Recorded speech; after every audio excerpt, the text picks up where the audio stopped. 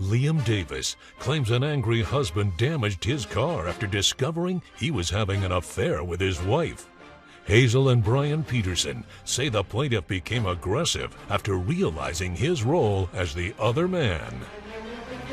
All rise.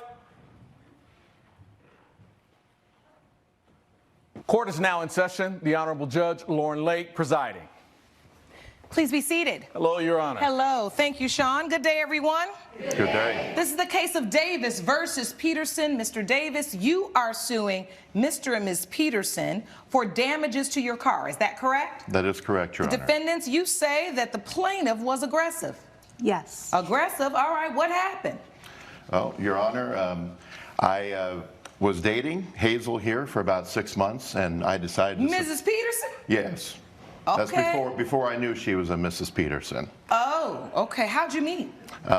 We met in Austin, where I work as a production manager. I do a lot of TV and film projects. So Okay. my work brought me there. Her work brought her there. We met each other, and we decided to start dating.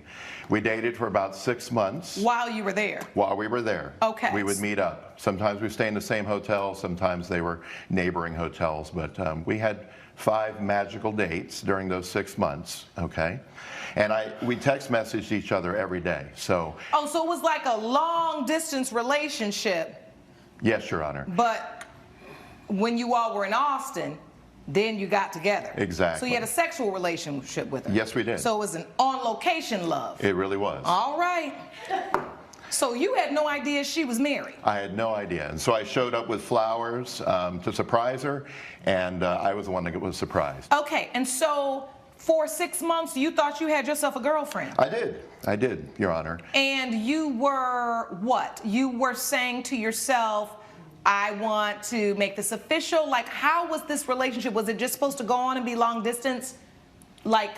Yeah, well, her work had ended. She was there for a 6-month assignment, and I realized that, you know, even though I was still working in Austin, I wouldn't see her. So that's when I decided, you know, I'll buy some roses and I'll show up. And, you know, she always used to tell me that I wasn't, you know, I didn't take authority, or I didn't, you know, I wasn't aggressive in the relationship when we were dating. Type. Yeah, take charge. You were too laid back. So I thought, you know, maybe this is a good thing. I'll show up with roses. It'll, you know, reignite things, and we'll get something local going on. But then I saw her husband and 2 children. When you showed up to her house? Yes. You had a real address? Yes. Well, she had told me the name of the coffee shop that she lived across the street from. So. Oh. So I pulled up, and I went to go knock on the door. Mrs. Peterson, wait, I need to hear from you.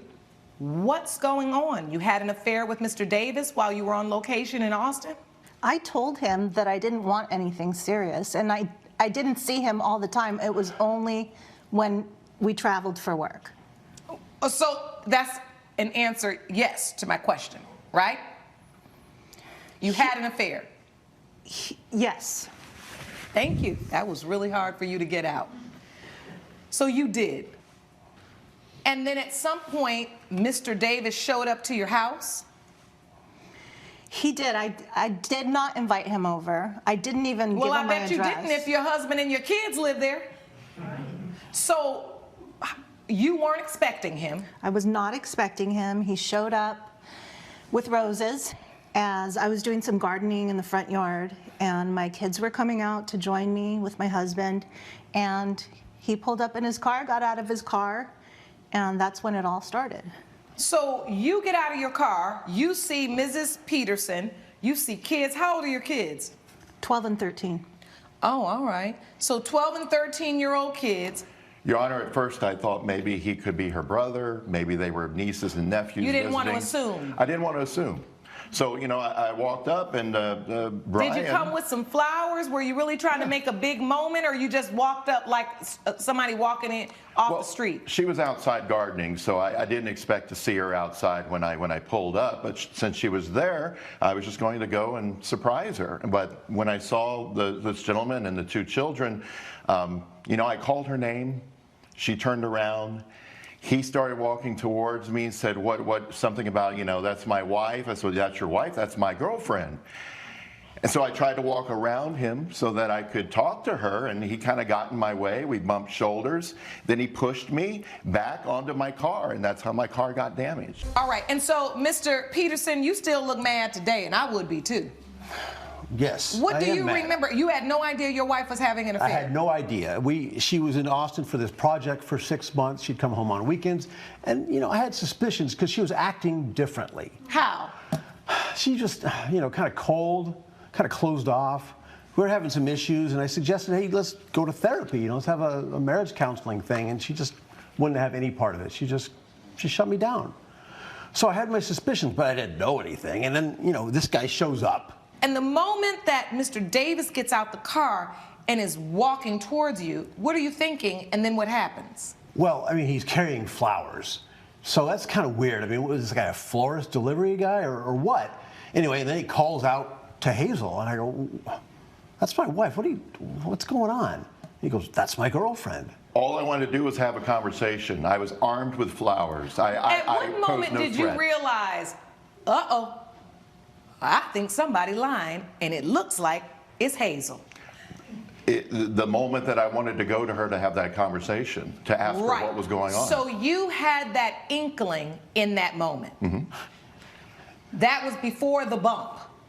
That was right in that moment, and then you decided, let me go ask her what's going on. Your Honor, if I may, I said, that's my wife. And he said, that's my girlfriend. And that's when he pushed And he was through me. trespassing. He was trespassing. Oh, you got a lot of nerve, Miss Peterson. Now you talking about he a trespasser. After she done let him all over her property. Your Honor, that might be right, but she was on our property. She had reason to fear. Your Honor, because he was aggressive. I don't see how he had the authority to push me onto my car and damage my car, and that's why I'm here today. I have receipts and I have text I'd like messages. to see that, please. Did you bring any evidence to court as well, Mr. and Mrs. Peterson? No, Your Honor. All right. So, Mr. Davis, you have receipts from the auto collision, the repair shop? Yes.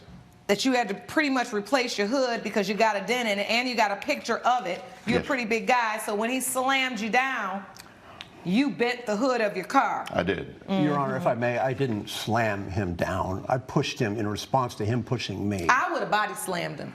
The driveway is sloped, to and be so honest, when he pushed, I was off You balance. fell backwards. Yeah. Okay. To be honest, I was happy to push him.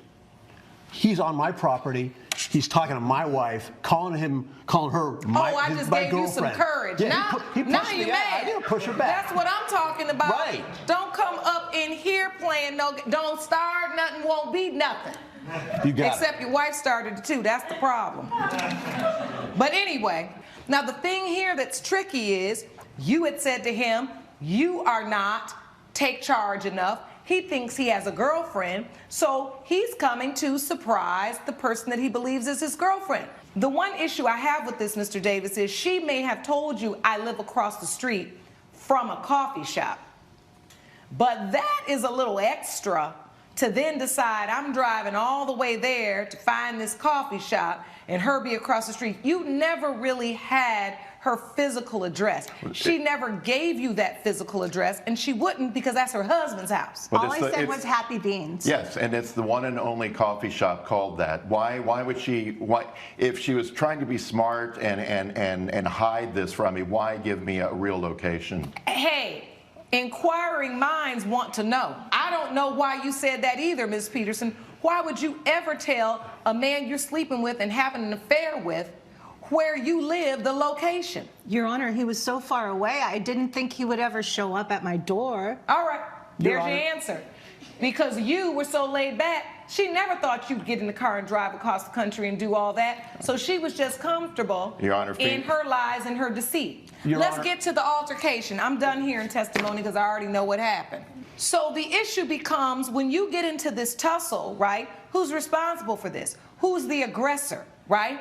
You've testified, Mr. Davis, that you were the one the moving forward, the aggressor, meaning you are walking up towards this man's property. His children are outside as well as his wife. At that moment, it is reasonable under the circumstances that Mr. Peterson would get in the middle and be ready to stop you from pursuing any further. He does not know you've been sleeping with his wife. He does not know that she's been lying all this time. Well, I said she was my girlfriend. Well, at that point, then he's really upset and confused. But I still am not letting no man get near my wife and my kids. My kids are there. I don't know how you dodged this bullet, but you did, and you got lucky, and you have a husband that's willing to save your family and work on this with you.